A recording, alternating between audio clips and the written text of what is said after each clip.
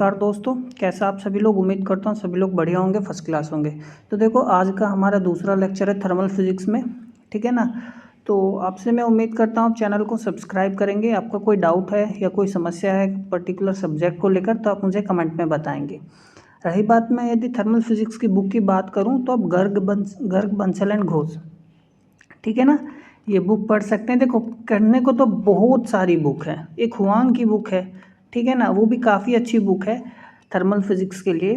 लेकिन मैं आपको रिकमेंड इन दोनों बुकों को ही करूँगा। आप इन दोनों बुक को पढ़िए, काफ़ी अच्छा है, ठीक है। यदि किसी एक पर्टिकुलर बुक के लिए जाना चाहेंगे, गर्ग बंसल एंड घोष है।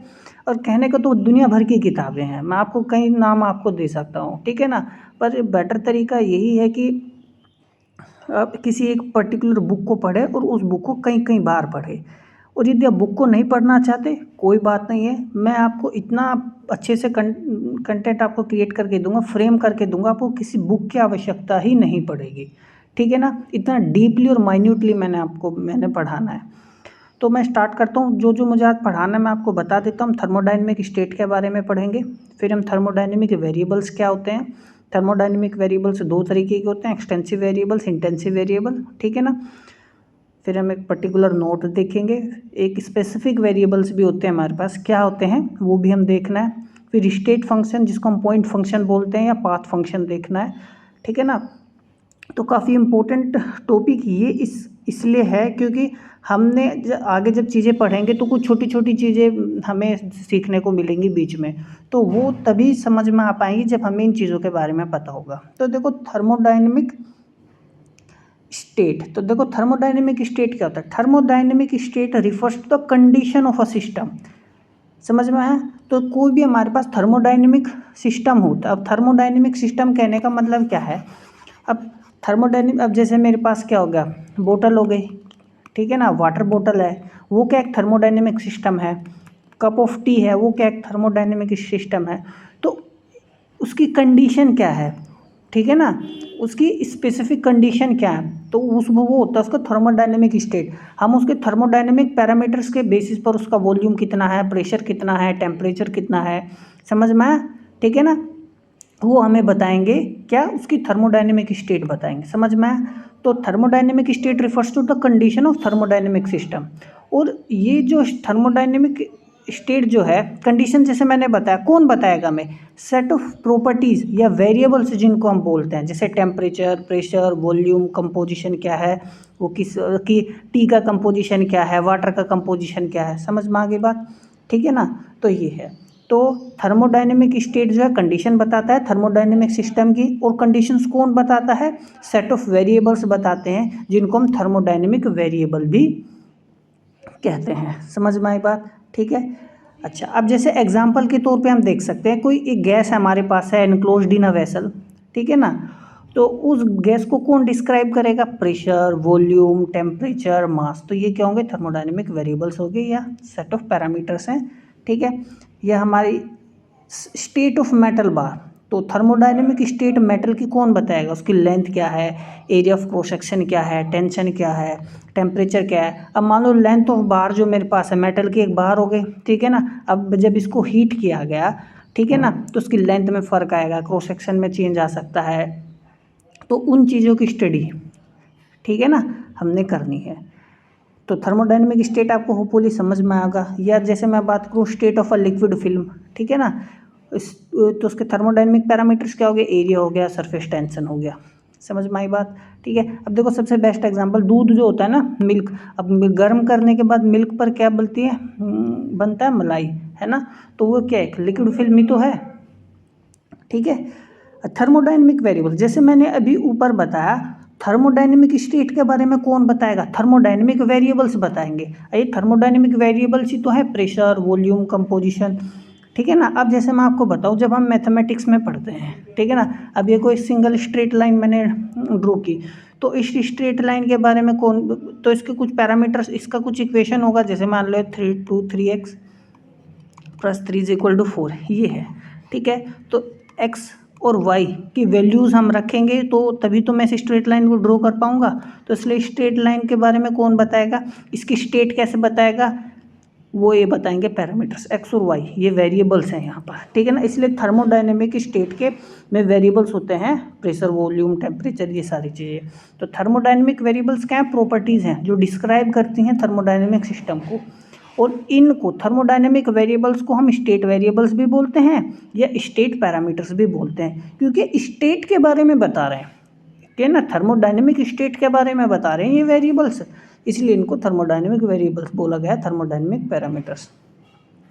इनको हम कैटेगराइज कर सकते हैं बेसिकली दो पार्ट्स में, इंटेंसिव वेरिएबल्स और एक्सटेंसिव वेरिएबल्स। मुख्यतः दो ही होते हैं, ठीक है। एक स्पेसिफिक वेरिएबल भी होता है, वो इन्हीं से बनता है। तो लेकिन मेन आपको ये ध्यान रखना है कैटेगराइज किस तरीके से कर सकते हैं, इंटेंसिव वेरिएबल्स और एक्सटेंसिव वेरिएबल्स, ठीक है। अब देखो याद रखने का तरीका मैं आपको बताता हूँ कैसे ध्यान रखना है। एक्सटेंसिव वेरिएबल्स की मैं बात करूँ, ठीक है ना, तो एक्सटेंसिव वेरिएबल्स वो वेरिएबल्स होते हैं, ये क्या होते हैं, प्रॉपर्टीज़ तो बताते हैं हमें, ठीक है ना, जो डिपेंड करता है साइज और मास ऑफ द सिस्टम। समझ में आया मैंने क्या कहा? तो extensive variables are properties that depend on the size और मास ऑफ द सिस्टम। जो साइज पर और सिस्टम के मास पर डिपेंड करेंगे ना, उनको हम एक्सटेंसिव वेरिएबल्स बोलेंगे। जैसे एग्जांपल के तौर पर mass, volume, internal energy, enthalpy, entropy. अभी आप यहाँ थोड़ा सा भी ध्यान से आप देखो, यदि मेरे पास एक सिस्टम है ये, ठीक है ना, समझ में आई बात, तो इसका कुछ ना कुछ क्या होगा, मास होगा। यदि मैं इसको बीच में से तोड़ दूँ तो मेरे पास ये बनेगा, ये चीज़ बनेगा, अलग अलग मिलके। तो इस सिस्टम को आप देखो, क्या इस सिस्टम का मास अलग होगा? बिल्कुल अलग होगा। इस सिस्टम का मास भी अलग होगा? बिल्कुल अलग होगा। तो मास मेरे पास क्या है? एक्सटेंसिव वेरिएबल है, क्योंकि वो डिपेंड कर रहा है साइज पर या मास पर, हम ऐसे कह सकते हैं। समझ में आगे बात? इंटरनल एनर्जी, एंथैल्पी और एंट्रोपी, ये सारे किस पर डिपेंड करते हैं? मास पर डिपेंड करते हैं या साइज पर डिपेंड करते हैं, ये आपको ध्यान रखना है। अब देखो एक है इंटेंसिव वेरिएबल। अब देखो इंटेंसिव में एक वर्ड आ रहा है इन, है ना, जो मास पर डिपेंड नहीं करते, यानी इंडिपेंडेंट ऑफ मास और साइज ऑफ द सिस्टम। याद रखने का तरीका है, देखो, independent of the size of the system या independent of the mass of the system, या हम ऐसे भी कह सकते हैं intensive variables are properties that do not depend on the size और मास, या इंडिपेंडेंट है साइज या मास पर। बात देखिए, तो याद रखने का तरीका है, ठीक है। ये यूनिफॉर्म होते हैं throughout the system and remain the same no matter how much of the system is present, ठीक है। समझ में आ गई बात? देखो जैसे मैंने अभी ऊपर एग्जांपल लिया था, इस सिस्टम का देखो वॉल्यूम अलग होगा, इसका अलग होगा, तो चेंज हो गए ना। तो देखो वॉल्यूम भी क्या है? चेंज हो गई, है ना। तो वॉल्यूम भी चेंज हो गई, तो वो क्या है? एक्सटेंसिव वेरिएबल है। यदि मैं बात करूँ देखो टेम्परेचर की, ठीक है, अब मैंने कोई बॉल ले लिया, होल बॉल ले लिया, ठीक है ना, इसको मैंने हीट किया तो उसका कुछ टेम्परेचर होगा। आप यहाँ टेम्परेचर मेज़र कर लो, यहाँ मेज़र कर लो, यहाँ मेज़र कर लो, कैसे भी मेज़र कर लो, टेम्परेचर हमने सेम मिलना है। अब ह्यूमन बॉडी का टेम्परेचर है, ठीक है ना, समझ में आया? तो ह्यूमन बॉडी का टेम्परेचर सेम रहेगा। तो टेम्परेचर जो टी है, टी क्या है? इंटेंसिव है, वो साइज पर निर्भर नहीं करता, वो मास पर निर्भर नहीं करता। इसी तरीके से प्रेशर, डेंसिटी, डेंसिटी क्या होता है? घनत्व होता है। अब मान लो मेरे पास ये एक कोई आयरन की बॉल है, आयरन की क्या है? बॉल है, आयरन बॉल है, ठीक है। अब इस आयरन बॉल को मैंने यहाँ से काट दिया तो मेरे पास ये मिला। तो ये भी क्या है? आयरन की बॉल है, ये भी क्या? आयरन की बॉल। जो डेंसिटी इसकी पहले थी वही डेंसिटी इसकी अब रहेगी काटने के बाद। जो काटने के बाद जो मुझे मटेरियल मिला है उसकी भी डेंसिटी वही रहेगी। तो डेंसिटी सेम रही, बदली नहीं, है ना, यानी साइज पर डिपेंड नहीं कर रही है डेंसिटी, मास पर डिपेंड नहीं कर रही है बिल्कुल भी। तो वो क्या होगी? इंटेंसिव वेरिएबल होगी। कंसंट्रेशन हो गया, रिफ्रैक्टिव इंडेक्स हमारे पास हो गया। समझ में आई बात? ठीक है। अब देखो यहाँ ध्यान सकते हो, यहाँ पे देखो इंटरनल एनर्जी, एंथैल्पी, ये क्या? एनर्जी की फॉर्म है, ठीक है ना। एंट्रोपी क्या में? एंट्रोपी में हमारे पास हीट आती है, एनर्जी के फॉर्म आती है। तो ये फॉर्मूले जब हम पढ़ेंगे और हमें ज़्यादा क्लियर होगा, तो इनमें सब में मास इंक्लूड होता है, सब में मास इंक्लूड होता है, इसलिए क्या है? एक्सटेंसिव वेरिएबल्स हैं, ठीक है ना। समझ में आएगी बात? तो जिसमें भी मास है वो देखो, जिसमें भी मास है वो एक्सटेंसिव वेरिएबल है, जिसमें मास पे डिपेंड नहीं कर रहा है वो इंटेंसिटी वेरिएबल है। इस फॉर्म से ध्यान रखोगे तो कर पाओगे। अभी आपको यहाँ पे ध्यान से देखो, यदि f and g are arbitrary intensive variables, ये बहुत इंपॉर्टेंट है, ये एग्जाम में पूछा गया है। ठीक है ना, मैं इसलिए ध्यान से इसको मैंने नोट में करके बताया है। एफ और जी क्या है, आर्बिट्ररी इंटेंसिव वेरिएबल्स है, इंटेंसिव वेरिएबल्स मान ले। तो देखो यानी ये मास पर निर्भर नहीं कर रहा, जी भी मास पर निर्भर नहीं कर रहा, तो दो इंटेंसिव वेरिएबल्स की यदि आप मल्टीप्लाई करोगे, जैसे मल्टीप्लाई किया, तब भी मास तो नहीं आएगा, प्रोडक्ट में नहीं आएगा बिल्कुल भी, क्योंकि इन दोनों में मास नहीं है, यहाँ भी मास नहीं आएगा, ठीक है ना, इन दोनों में यहाँ भी मास नहीं आएगा। अब इसमें मास नहीं था, इसमें मास नहीं था वेरिएबल में, तो जोड़ने पर भी मास नहीं आएगा। तो ये सारे क्या होने चाहिए, इंटेंसिव वेरिएबल्स होने चाहिए। समझ में आया मैंने क्या बताया, ठीक है। लेकिन यदि मैं बात करूँ एफ और जी, दो एक्सटेंसिव वेरिएबल्स हैं। एक्सटेंसिव वेरिएबल में क्या, इसमें मास आएगा है, इसमें मास है, एक्सटेंसिव वेरिएबल्स है ना, तो ये एफ क्या होगा, मास पर डिपेंड करेगा, जी भी मास पर डिपेंड करेगा, ठीक है। तो इनका जो एडिशन होगा, ये मास पर डिपेंड कर रहा है, ये भी मास पर डिपेंड कर रहा है, तो एफ प्लस जी भी क्या होना चाहिए, मास पर डिपेंड करेगा, तो ये क्या होगा, एक्सटेंसिव वेरिएबल। समझ में आया, ठीक है। लेकिन यहाँ ध्यान से देखो, अब यहाँ पे एफ अपॉन में जी है, देखो एफ किस पर डिपेंड कर रहा है, मास पे, जी किस पर डिपेंड कर रहा है, मास पे, तो डिवीजन हो गया यहाँ, तो मास कट जाएगा, एफ अपॉन जी में मास नहीं आएगा, डेल एफ अपॉन डेल जी में मास नहीं आएगा, तो ये एफ बटा जी क्या होने चाहिए, इंटेंसिव वेरिएबल्स होने चाहिए। ये याद रखने का तरीका है, नहीं तो बच्चे इन चीज़ों को रटते हैं, ये ध्यान रखना, आप भूलोगे नहीं। सिमिलरली यदि f एक इंटेंसिव वेरिएबल्स है, f को क्या मान लिया मैंने, इंटेंसिव वेरिएबल मान लिया, ठीक है, और f क्या है, एक एक्सटेंसिव वेरिएबल ले लिया मैंने। समझ में आ गई बात। अब देखो f क्या है, कोई इंटेंसिव है, यानी f में तो क्या है, इंटेंसिव यानी मास डिप नहीं आएगा, f है इसमें मास आएगा, तो जब दोनों का प्रोडक्ट होगा तो मास इंक्लूड हो जाएगा, क्योंकि f में मास है, तो जब इसमें मास आ गया तो क्या होना चाहिए, एक्सटेंसिव वेरिएबल। f अपॉन में ये है, तो देखो कैपिटल F में मास है, इसमें नहीं है, लेकिन डिवीज़न में तो आएगा ही आएगा यहाँ पे, क्योंकि ऊपर है, यदि नीचे भी होता तो कट जाता, तो ये क्या है, एक्सटेंसिव वेरिएबल्स, तो ये क्या होगा, एक्सटेंसिव वेरिएबल्स। समझ में आ गई बात, ठीक है। अब देखो जैसे मैं एग्जांपल की बात करूँ, यहाँ पे आप ध्यान से देख सकते हो, मैं डेंसिटी हमारे पास कैसे क्या लिख सकता हूँ मैं, ठीक है ना, डेंसिटी से अच्छा एग्जांपल हमारे पास क्या हो सकता है, हाँ ऐसे ही ले लेता हूँ, जैसे मास है मेरे पास, मास को मैं क्या लिखता हूँ, डेंसिटी इंटू मैं वॉल्यूम लिखता हूँ, ठीक है ना। समझ में आया। अब ये मेरे पास क्या है, डेंसिटी क्या है, डेंसिटी है क्या, घनत्व तो सेम रहेगा, जैसे मैंने आयरन का एग्जांपल बताया था, तो ये मास पर निर्भर नहीं करता है ना भाई, एक आधी आयरन की बॉल ले लो, एक पूरे आयरन की बॉल ले लो, है ना। समझ में आया, तो लेकिन है तो आयरन की बॉल, डेंसिटी तो उसकी सेम ही रहेगी, तो मास पर निर्भर नहीं करता, वॉल्यूम चेंज हो जाएगी। अब मान लो मेरे पास ये कोई है, अब मैं इसको आधा काट दूँ, तो पूरे की जो वॉल्यूम तो v थी, अब जो काटने के बाद मान लो v/2 हो गई, तो वॉल्यूम में चेंज आया है ना, यानी वॉल्यूम मास पर डिपेंड कर रही है, साइज पर डिपेंड कर रही है, तो यानी ये क्या है, एक्सटेंसिव वेरिएबल है। समझ में आ गई बात, ठीक है ना। तो देखो मास भी क्या, अब देखो ये इंटेंसिव वेरिएबल, ये एक्सटेंसिव वेरिएबल, तो इंटेंसिव और एक्सटेंसिव की जब मल्टीप्लाई होगी, इसमें मास था तो मेरे पास देखो मास मिल रहा है, एक्सटेंसिव वेरिएबल होगा ये भी एक। समझ में आया मैं कहना क्या चाह रहा हूँ यहाँ पे, ठीक है। अब देखो स्पेसिफिक वेरिएबल्स की यदि मैं बात करूँ, स्पेसिफिक वेरिएबल्स क्या होते हैं, देखो स्पेसिफिक वेरिएबल्स कुछ नहीं है, बहुत सिंपल है। देखो एक्सटेंसिव वेरिएबल्स में क्या होता है, मास होता है, तो यदि एक्सटेंसिव वेरिएबल्स पर यूनिट मास कर दूँ, यानी मास से डिवाइड कर दूँ, तो मास हट जाएगा, तो उन एक्सटेंसिव वेरिएबल्स को पर यूनिट मास, तो extensive variables per unit mass are called क्या होता है, स्पेसिफिक वेरिएबल्स। समझ में आया। स्पेसिफिक वेरिएबल्स को हम जनरली कैपिटल लेटर से लिखते हैं, ठीक है ना। अब जैसे एग्जांपल के तौर पे ये मेरे पास एक्सटेंसिव वेरिएबल क्या लिया मैंने, वी फॉर वॉल्यूम।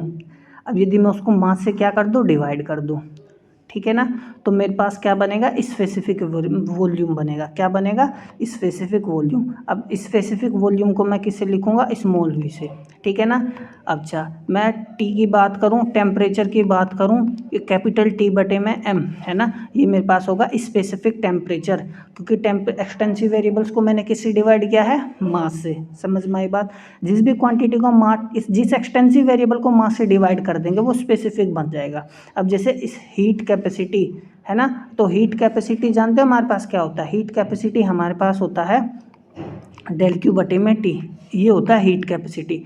यदि मैं इसको हम स्मॉल h से मैं इसको अब लिखूँगा, क्यों, क्योंकि मैं इसको यदि किससे डिवाइड कर दूँ, मास से, है ना, मास से क्या कर दिया मैंने, डिवाइड कर दिया। कोई डाउट है? तो हीट कैपेसिटी को हम c से भी लिखते हैं, ठीक है ना, स्मॉल c। तो हीट कैपेसिटी को जब मैंने स्मॉल m से डिवाइड किया है तो ये मेरे पास क्या है, हीट कैपेसिटी है। अब मास से डिवाइड कर दिया तो क्या बन गया, स्पेसिफिक हीट कैपेसिटी। समझ में आया? ठीक है, तो हीट कैपेसिटी को मास से डिवाइड करने पे वो बन जाएगा स्पेसिफिक हीट कैपेसिटी। प्रेशर को मास से डिवाइड करने पर क्या बनेगा, प्रेशर क्या बनेगा, स्पेसिफिक प्रेशर, क्योंकि वो एक्सटेंसिव वेरिएबल होना चाहिए, ठीक है। तो specific value of an extensive variable is independent of mass, है ना, and hence is an intensive variable. अब देखो कितनी अच्छी बात है। अब एक्सटेंसिव वेरिएबल है ना ये तो, है ना।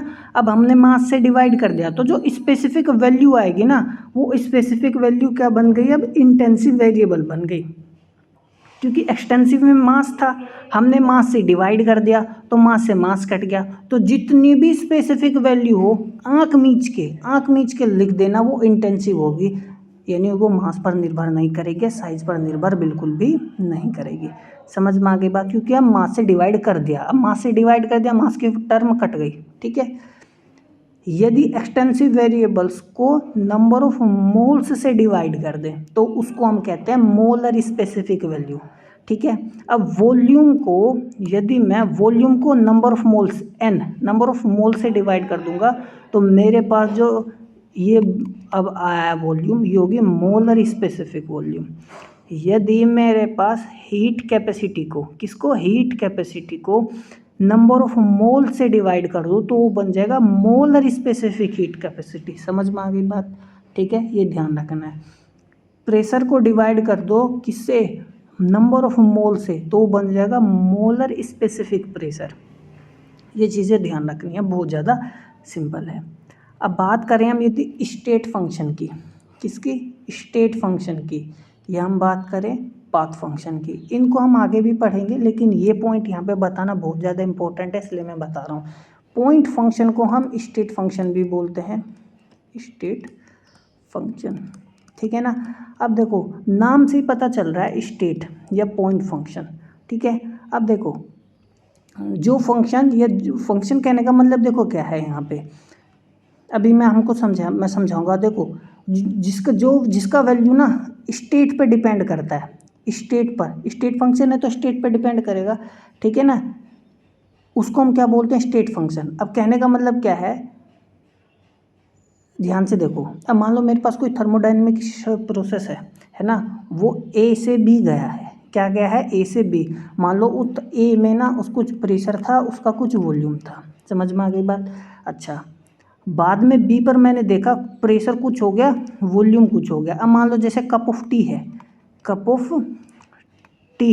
अब कप ऑफ टी इनिशियली यहाँ पे रखा था तो कुछ तो उसमें उसका मान लो यहाँ पे टेम्परेचर भी ले लेते हैं ना। अब उसमें कप ऑफ टी में कुछ प्रेशर होगा, कुछ वॉल्यूम होगा, कुछ टेम्परेचर होगा। बाद में देखा प्रेशर कम हो गया, ठंडी हो गई है, टेम्परेचर भी कम हो गया है, वॉल्यूम भी मान लो कुछ वेपराइज हो गई टी, है ना, हल्की फुल्की, तो वॉल्यूम भी उसकी क्या हो गई, कम हो गई। तो ये चेंज आ गया, ठीक है ना, समझ में आ गई बात, ठीक है। एक तो ये चीज़, तो एक तो ये रखे ठंडी हुई है, ठीक है ना। एक दूसरा, तुम कैसे ठंडी कर सकते हो उसको, कप ऑफ टी को अपने फ्रीज़र में रख दिया, ठीक है ना। तो दो पाथ हैं, ये क्या है, दो पाथ, एक तो ए से बी आने के सिंपली वैसे ही रखा, एक फ्रीज़र में रख के आपने उसको कूल किया। तो जो भी पैरामीटर्स होंगे हमारे पास, देखो value depend on the state of the system, that is pressure, volume, temperature etcetera.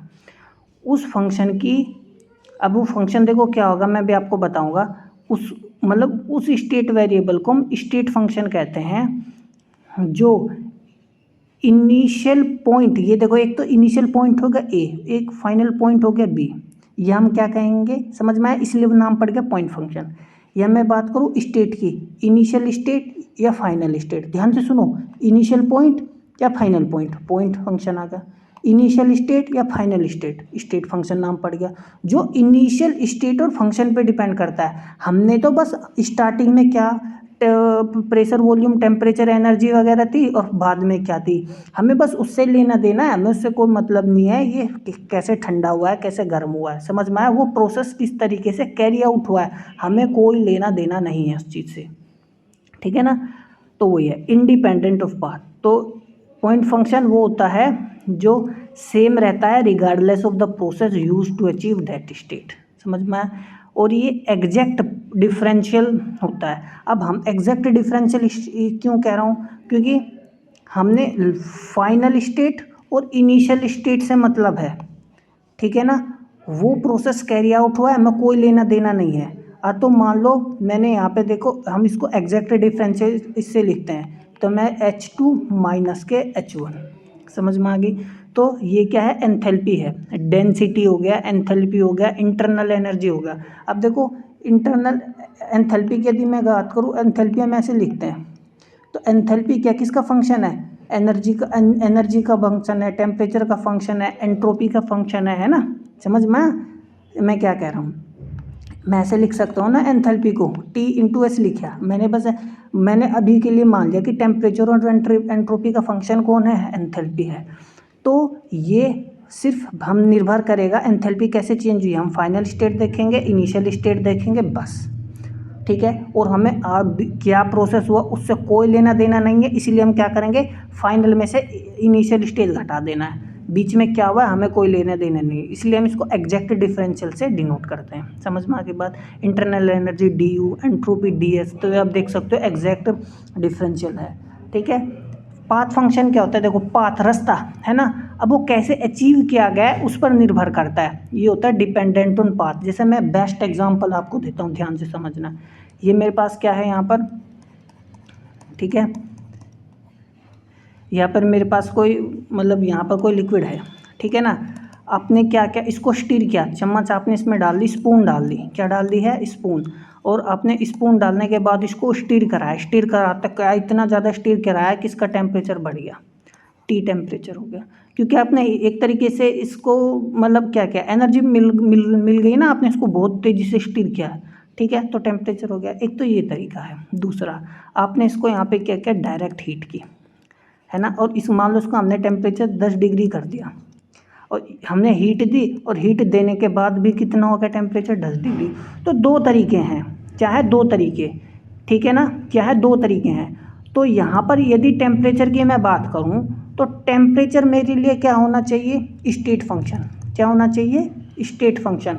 अब टेम्परेचर कैसे अचीव किया गया, किस पाथ से अचीव किया गया, हमें उससे कोई लेना देना नहीं है, समझ में आया। तो हमने देखना है इनिशियल टेम्परेचर 10 डिग्री था, देखो दो प्रोसेस थे ना, मान लो इसका इनिशियल टेम्परेचर कितना था, मान लो 3 डिग्री सेल्सियस था, मैंने स्टीर किया 10 कर दिया, एक तो तरीका ये था स्टीर करने का, ठीक है ना। अब इनिशियल टेम्परेचर 3 डिग्री, बाद में कितना कर दिया, 10 डिग्री, लेकिन वो करा कैसे, हीट करके। तो दो तरीके थे यहाँ पे, दो प्रोसेस थे, ठीक है ना। बस हमने तो फाइनल टेम्परेचर, इनिशियल टेम्परेचर पर ध्यान देना है कि क्या था क्या नहीं था, समझ में आ गई बात, ठीक है ना।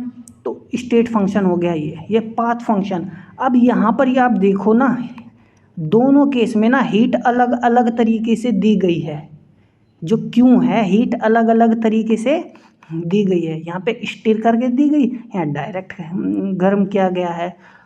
तो हीट जो है ना पाथ पे निर्भर कर रही है ना, क्योंकि दोनों पाथ अलग अलग है, इसीलिए हीट जो होती है और जो वर्क होता है, यहाँ पे हमने वर्क भी तो किया है एक तरीके से, ये दोनों क्वांटिटी क्या होती हैं, पाथ फंक्शन होती है, पाथ पर निर्भर करती है, और इनको हम इन एग्जैक्ट, है ना, क्योंकि पाथ से अलग अलग पाथ पर निर्भर कर रही है ना, तो इसलिए हम इनको इन एग्जैक्ट डिफरेंशियल से डिनोट करते हैं, ऐसे या ऐसे। आप काफ़ी बुक्स में देखोगे इस तरीके से आपको लिखा मिलेगा, ठीक है ना, इस तरीके से लिखा मिलेगा, जो कि सारा सर गलत होता है, प्रॉपर तरीका यही है, समझ में आ गई बात, ठीक है ना।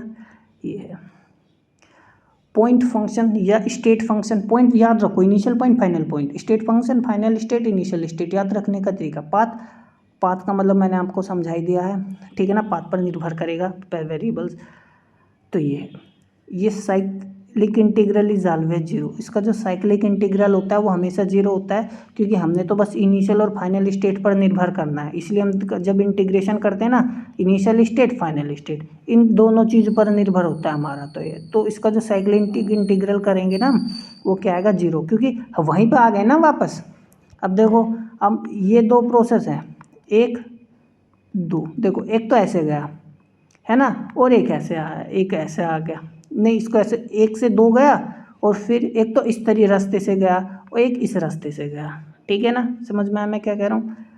तो ए रास्ता हो गया, ये बी रास्ता हो गया, लेकिन हमने तो यहाँ पर सिर्फ पाथ पोजीशन पॉइंट पर निर्भर करेगा, दोनों पॉइंट सेम है, तो साइक्लिक इंटीग्रल इसका क्या होगा, जीरो होगा। इसमें मे और मे नोट भी जीरो हो सकता है। ठीक है, ये प्रॉपर्टी होती है सिस्टम की। क्या होता है, प्रॉपर्टी। जो हमारे पास स्टेट फंक्शन होता है, पॉइंट फंक्शन होता है, प्रॉपर्टी होता है सिस्टम की। पाथ फंक्शन या हम कहें वर्क और जो हीट होती है ना, ठीक है ना, वर्क और हीट प्रॉपर्टी नहीं होती सिस्टम की। समझ में आ गई बात। तो ये चीज़ें हैं।